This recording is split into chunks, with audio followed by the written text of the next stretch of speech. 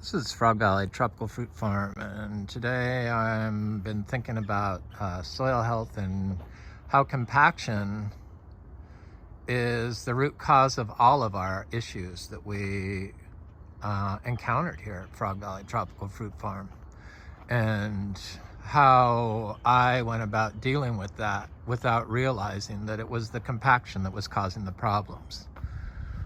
So when I started, it was like Frog Valley Farm. I've always grown organically. I've had horses my whole life. I grew up in Mendocino County, California, which is totally organic. It always has been.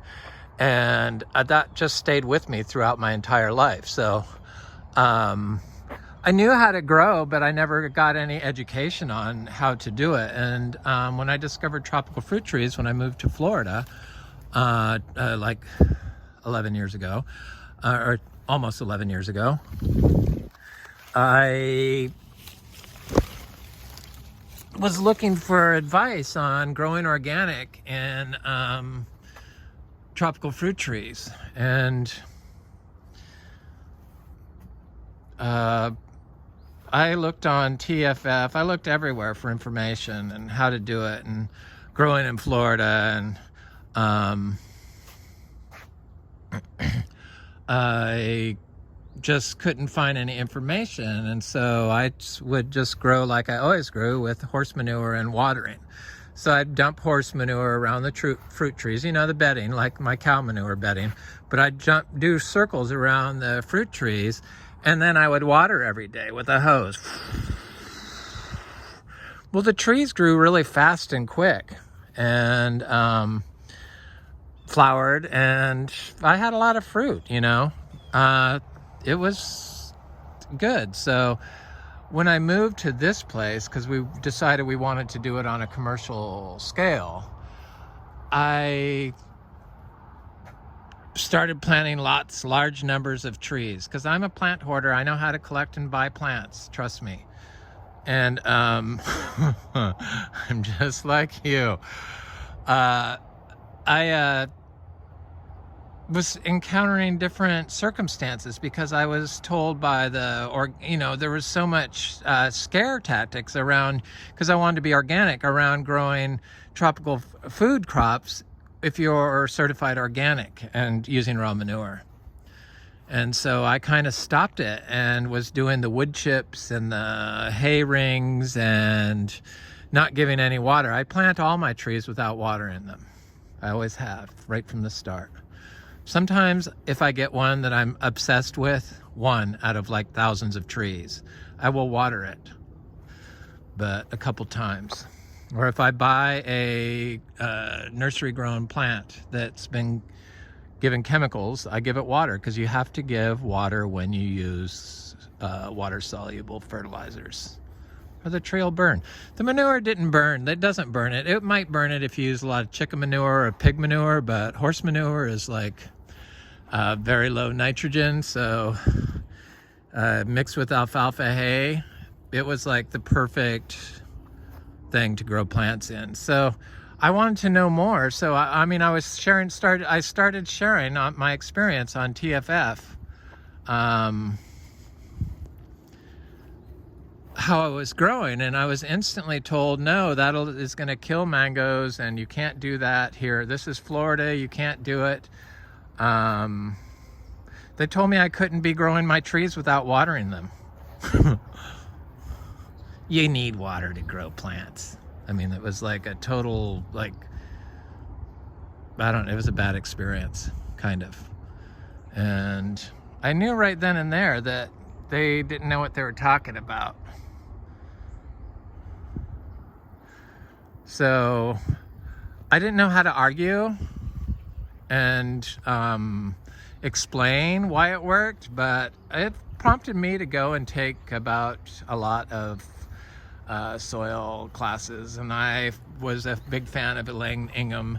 I still am, and all that her and her husband and group did for soil health. But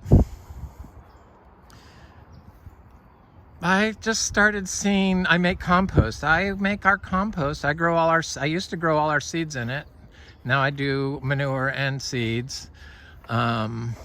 the tropical fruit seeds when I start them in pots or manure and soil.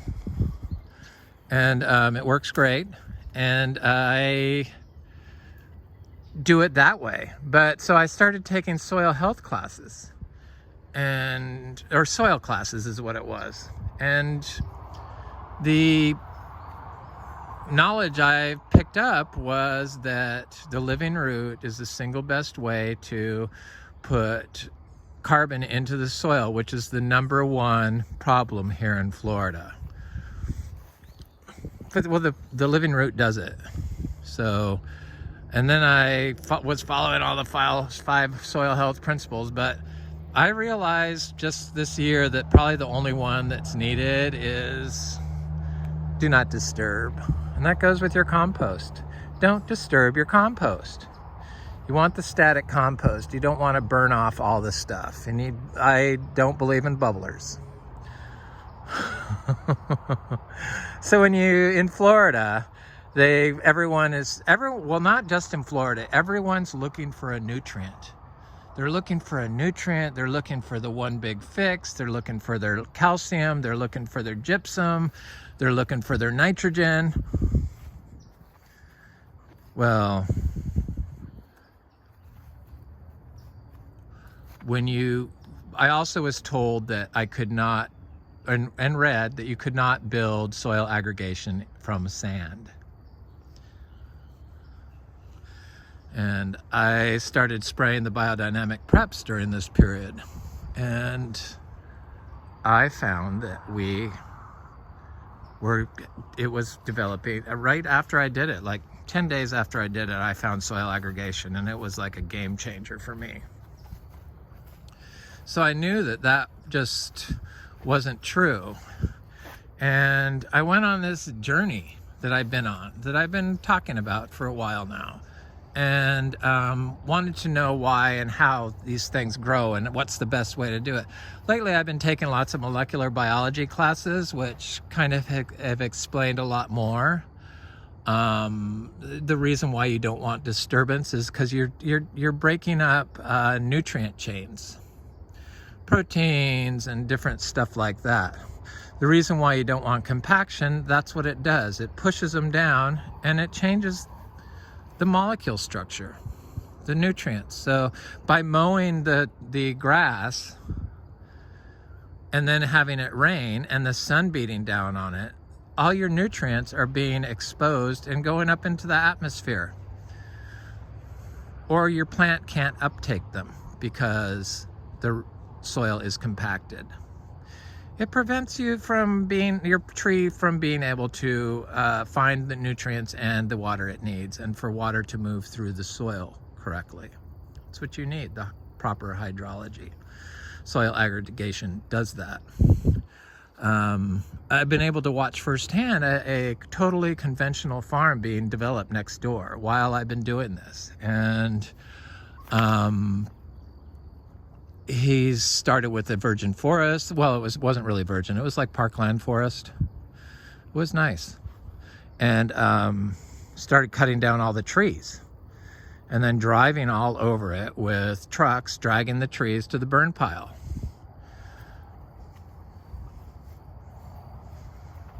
Needless to say, he had standing water. He planted his dragon fruit in the ground. They were in the ground for like the first year.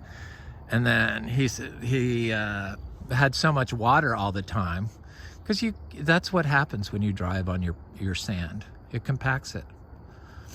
So I've pissed off so many people in talking about my journey and what's going on and why it's going on. I pissed off, a lot of the permaculture people in Florida because I talk smack about using all wood chip monocrop. It's like, first of all, it's compacting the soil. Second of all, the nutrients live in the top. All the nutrients and the microbes are living in the top parts of the soil, in the roots of plants. Not just your monocrop, nitrogen fixing orchard floor, but the plants that nature puts there. That's what forms the soil aggregation. I pissed off the people when I talked about compost because they thought wood chip piles were like building soil when you added it. after it's broken down. No, that is not. That is just carbon that you're adding to the soil.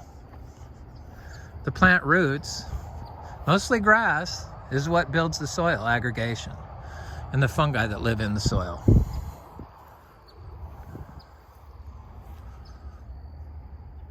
You can't regenerate a compacted soil. By staying off of it, it takes care of all the soil health principles, all the other 4.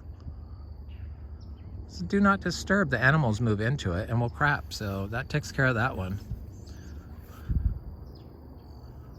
Root in the ground. In Florida, the plants show up on their own, or they should, or you have a problem.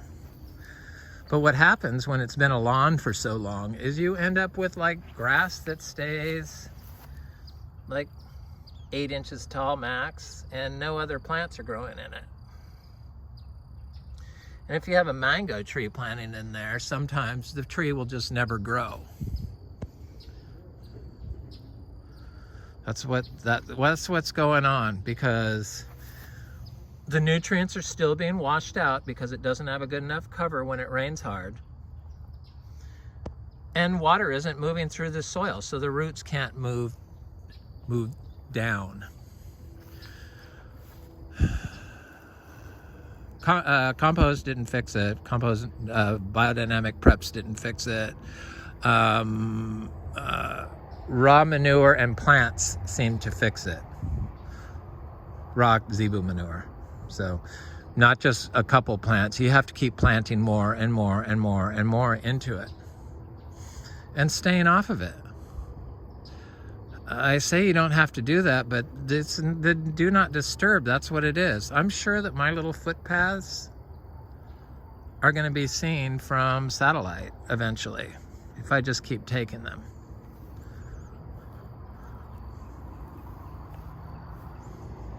It's human intervention, anthropogenic intervention, or disturbance. And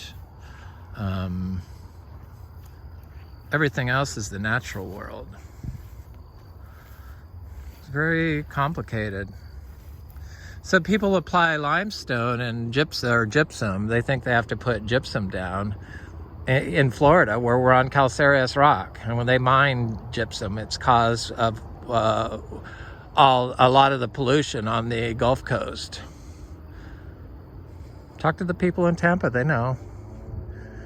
So why are you applying gypsum? Because of how you're managing the top of your soil. Disturbing it, doesn't have the root in it, walking on it, driving on it.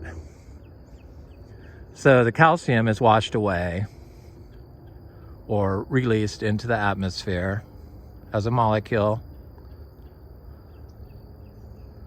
And you have poor soil in Florida.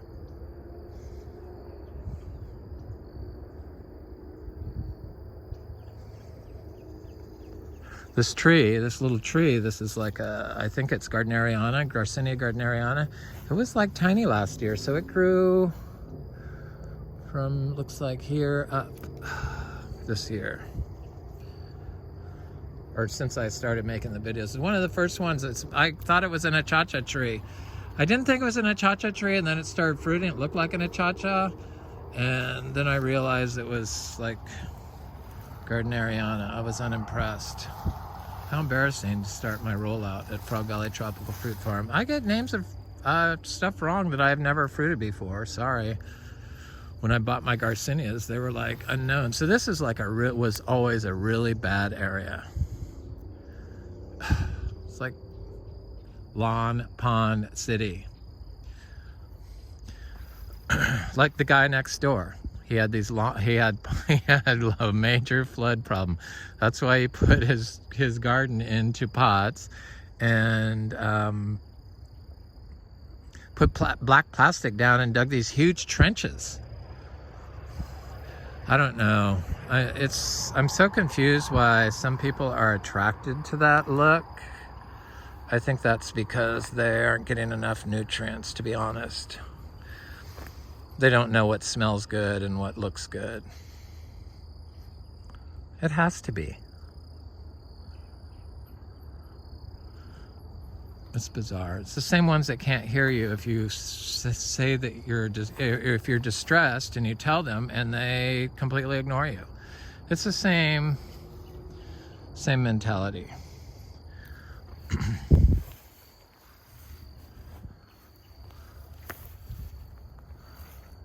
Yeah, so black plastic pots and plastic mulch, drive all over this and spray glyphosate on it.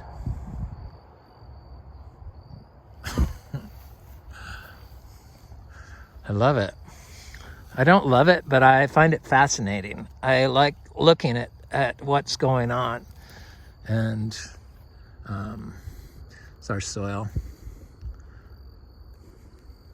This is, was white sand, and it's now soil aggregation. It smells really good.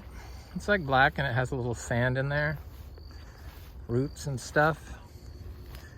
Kind of the same thing the horse or the zebu manure does when it touches the ground in something like this.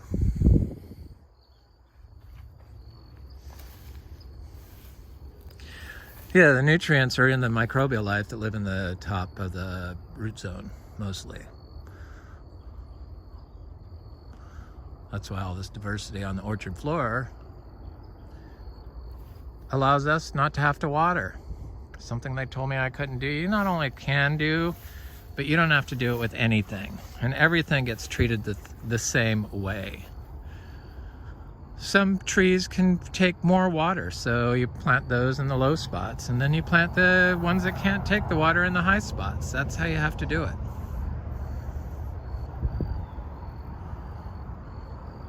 For some reason in Florida, around here, I think it has to do with all the money, and they've been doing it like this for a long time, obviously. So where they mowed, because this was mowed for 55 years, and now it's not. So the local people remember it as a mowed lawn and how good it looked, but it's, the water runoff is the major problem from compaction.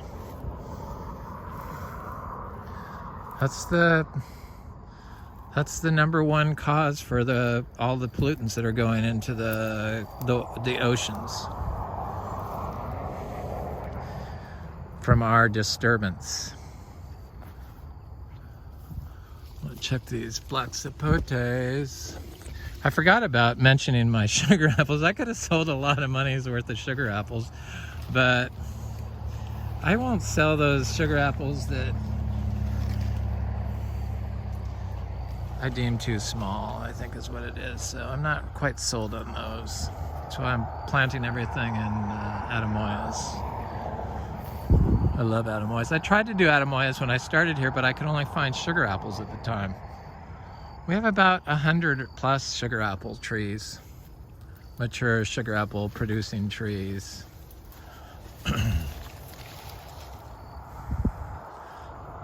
Can make more money selling the seeds from them.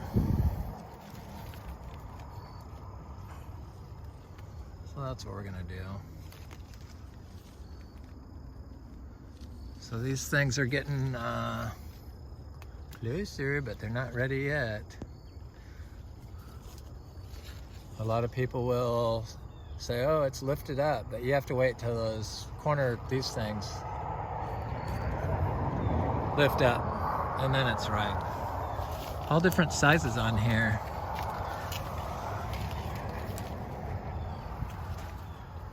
So imagine boiling, or not boiling, but making a tea out of that, because I don't boil our leaves anymore. I get the water boiling, and then I shut it off, and then I set it in there after it's stopped, my tea, and then I'd leave them in there for like an hour or two. I love the teas. I got pain and sickness from that COVID shot, but I should have taken an aspirin. Instead, I just laid in bed and thought about getting an aspirin. Next time I know. Hopefully there won't be a next time of having to get another shot, but I feel good now. One aspirin did the trick. I should be collecting seeds. yeah, so I don't know why it just dawned on me that all the areas that are the most compacted on this property are the areas where the trees have issues. And those areas, 5 years it's taken, and I think really they need to, or if I had to do it again on lawn areas and that didn't have big trees, like on that part of the property, not near these big trees, but for sure I would take some sort of implement and scrape through there, because when you mow over and over and over again, it's just some things you can't overcome, and that's one of them, compaction. It seems to be working now. Once I planted the bananas in there, it seemed to perfect it. The bananas and the torch ginger.